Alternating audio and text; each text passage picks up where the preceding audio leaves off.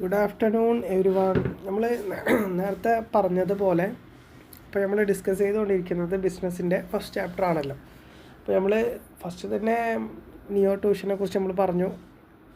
ട്യൂഷനിലൊരു app introduce ചെയ്യുകയാണെന്നുള്ളത് പറഞ്ഞു. ടൂളുള്ള ഒരു ആപ്പാണെന്ന് പറഞ്ഞു.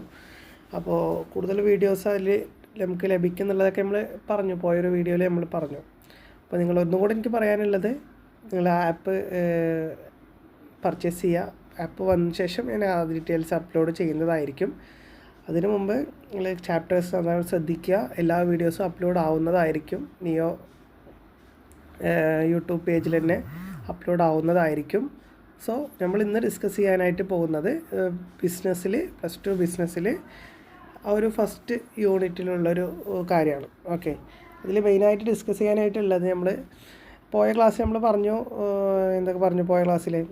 മാനേജ്മെൻറ്റ് എന്താണെന്ന് പറഞ്ഞു, അതിൻ്റെ ഫീച്ചേഴ്സ് എന്താണ് പറഞ്ഞു, അതേപോലെ അതിനെക്കുറിച്ച് വേറെ കുറച്ച് ലെവൽസ് ഓഫ് മാനേജ്മെൻറ്റ് എന്താണ്, അതിൻ്റെ അസംഷൻസ് എന്താണെന്നുള്ള കാര്യങ്ങളൊക്കെ നമ്മൾ പറഞ്ഞു. ഇന്ന് നമുക്ക് നോക്കാനായിട്ടുള്ളത് എന്താ വെച്ചാൽ ഫങ്ഷൻസ് ഓഫ് മാനേജ്മെൻറ്റ്. അപ്പോൾ മാനേജ്മെൻറ്റിൽ ഏറ്റവും ഇമ്പോർട്ടൻ്റ് ആയിട്ടുള്ള ഒന്നാണ് എന്ത്, ഈ ഫങ്ഷൻസ് ഓഫ് മാനേജ്മെൻറ്റ് എന്ന് പറഞ്ഞാൽ.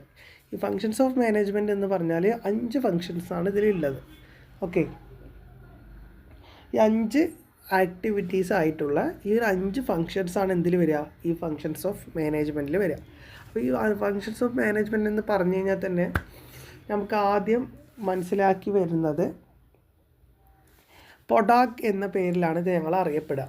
പൊഡാക് എന്ന് പറഞ്ഞാൽ പ്ലാനിങ്,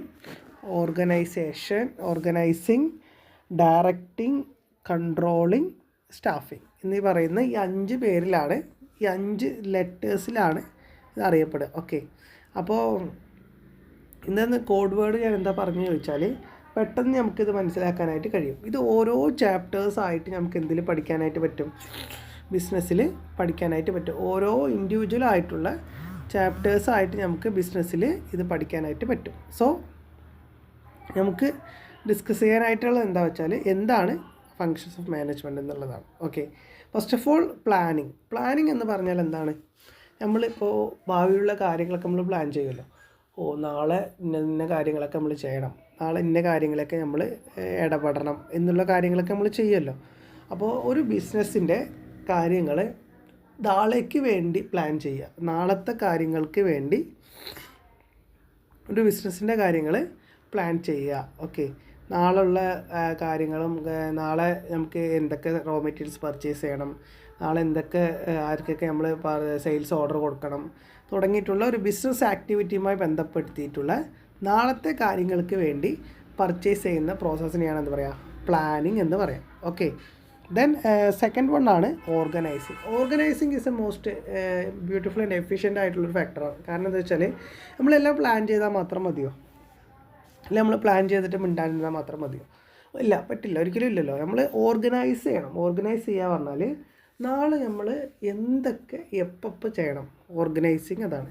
നാളെ ആർക്കൊക്കെ എന്തൊക്കെ ഡ്യൂട്ടി കൊടുക്കണം, ഏതൊക്കെ കാര്യങ്ങൾ എപ്പോൾ ചെയ്യണം, ആരെയൊക്കെ നമ്മൾ പർച്ചേസിന് വിടണം, ആരെയൊക്കെ നമ്മൾ സെയിൽസിന് വിടണം എന്നുള്ളത് വ്യക്തമായൊരു ധാരണ നമുക്ക് വേണം അല്ലേ.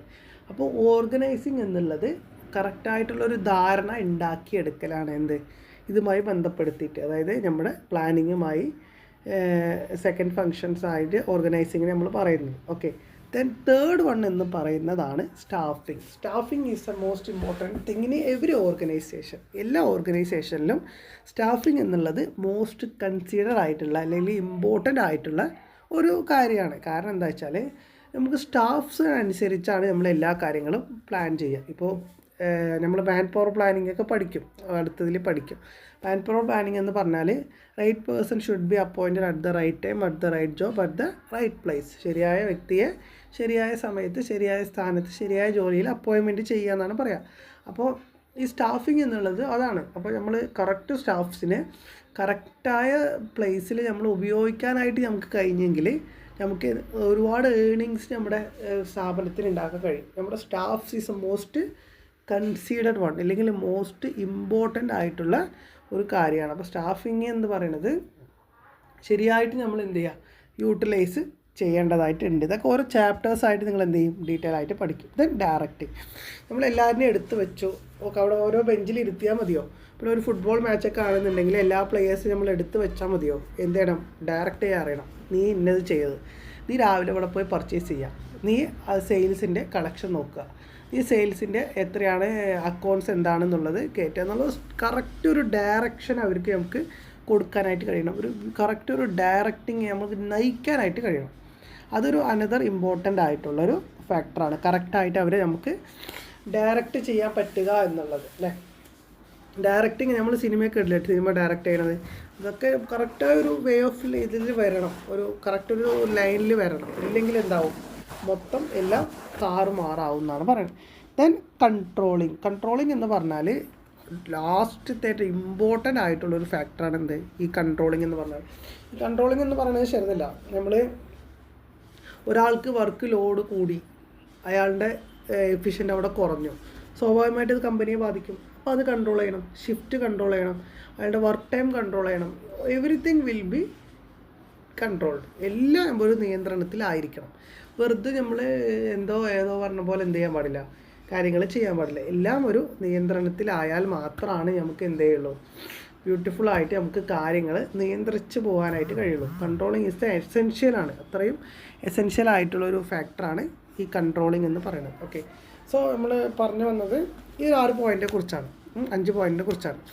അപ്പോൾ പ്ലാനിങ്, ഓർഗനൈസിങ്, ഇതേപോലെ സ്റ്റാഫിങ്, ഡയറക്റ്റിംഗ്, കൺട്രോളിങ്, മാനേജ്മെൻറ്റിൻ്റെ മോസ്റ്റ് ഇമ്പോർട്ടൻറ്റ് ഫങ്ഷൻസാണിത്. നിർബന്ധമായ എക്സാമിന് ചോദിക്കും, നിങ്ങൾ നിർബന്ധമായി എന്ത് ചെയ്യുക, പഠിച്ച് വയ്ക്കുക. ഓക്കെ, അപ്പോൾ ബാക്കിയുള്ള വീഡിയോസ് നമ്മൾ വരും ക്ലാസ്സുകളിൽ ഇടും. Okay, thank you.